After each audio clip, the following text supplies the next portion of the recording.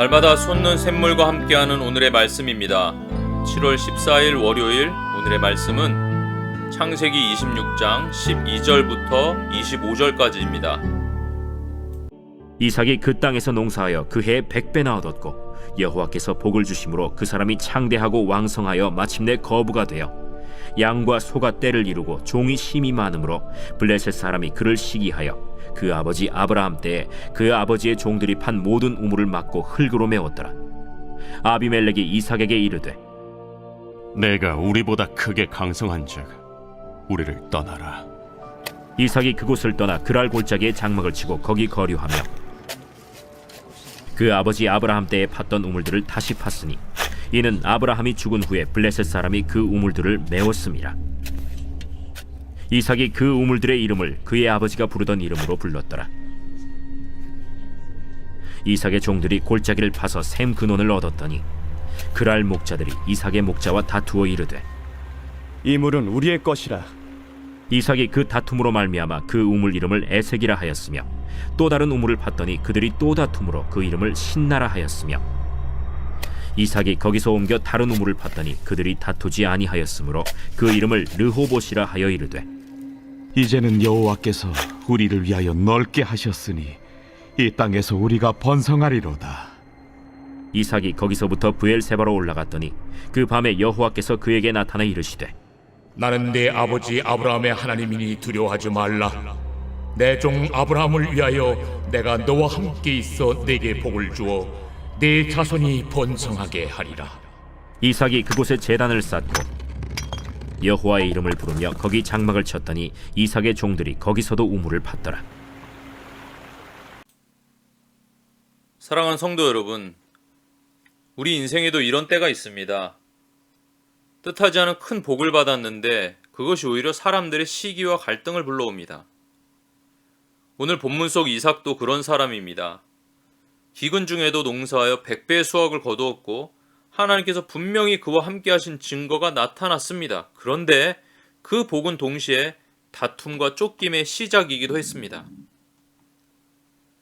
이삭이 경험한 것은 단지 개인적인 고난이 아니었습니다.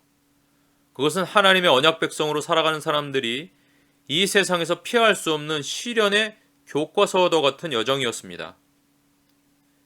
이 말씀 속에서 우리는 하나님의 신실한 인도하심을 배우게 됩니다. 이삭은 그랄 땅에서 씨를 뿌리고 100배나 거두었습니다. 이것은 하나님께서 복을 주셨기 때문입니다. 그 결과로 이삭은 부유해지고 영향력 있는 사람이 되었는데 그것을 본 블레셋 사람들은 그를 시기하게 됐습니다. 하나님께 받은 복이 항상 다른 사람들에게 기쁨으로 받아들여지는 것은 아닙니다.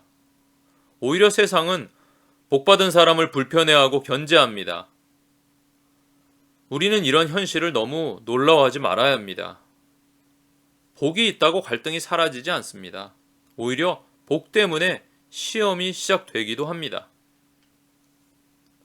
이삭이 우물을 파면 블레셋 사람들이 와서 그것을 자기 것이라 주장하고 다투고 결국에는 떠나게 만듭니다. 이삭은 한 번, 두 번 계속 양보합니다. 그 우물들의 이름이 뭐였죠? 에색, 신나. 이 다툼과 대적의 현장을 뒤로 하고 이삭은 또 옮깁니다. 그리고 마침내 다툼이 없는 곳 르호봇에 이르러 그는 말합니다. 이제는 여호와께서 우리를 위하여 넓게 하셨으니 이 땅에서 우리가 번성하리로다. 아멘. 세상은 하나님 백성이 누리는 생명의 샘을 시기하고 사용하지 못하게 하려 합니다. 그러나 성도는 다투기보다 양보하고 다시 파며 하나님의 때를 기다립니다. 우리의 순종과 인내는 결국 르호봇, 넓은 공간, 평안의 자리로 인도됩니다. 믿음의 사람은 싸우는 사람이 아니라 물러나는 사람입니다. 하지만 그 물러남은 패배가 아니라 하나님께서 예비하신 자리로 나아가는 길입니다. 이삭은 브엘세바로 올라갔습니다. 그 밤에 여호와께서 그에게 나타나 말씀하십니다. 두려워하지 말라. 내가 너와 함께 있노라.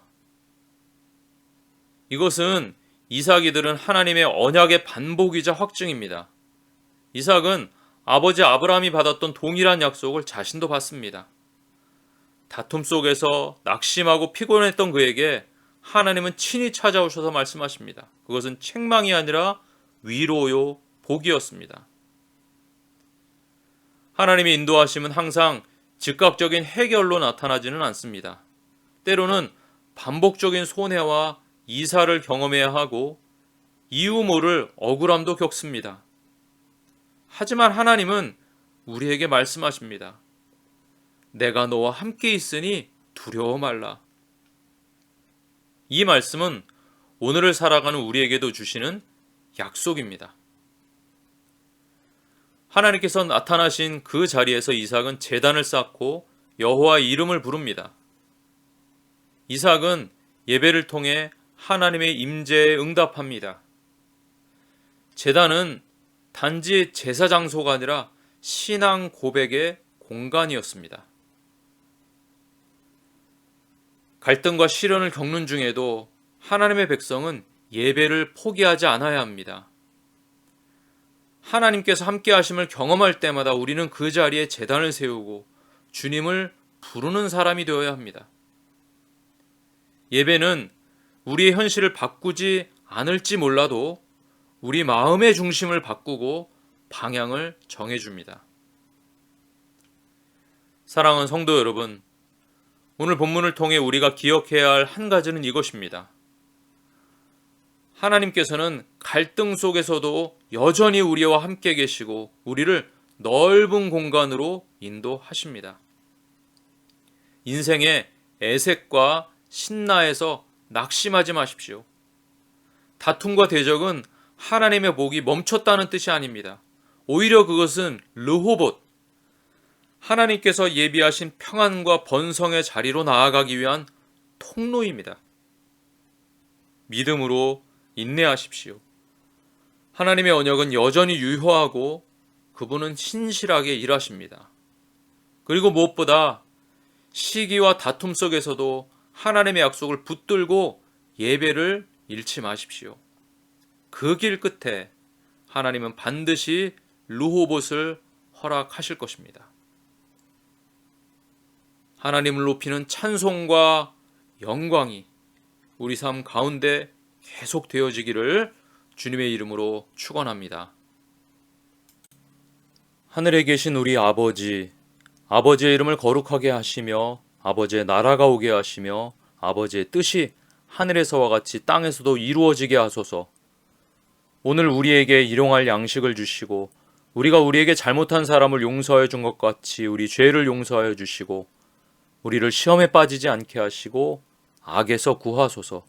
나라와 권능과 영광이 영원히 아버지의 것입니다. 아멘.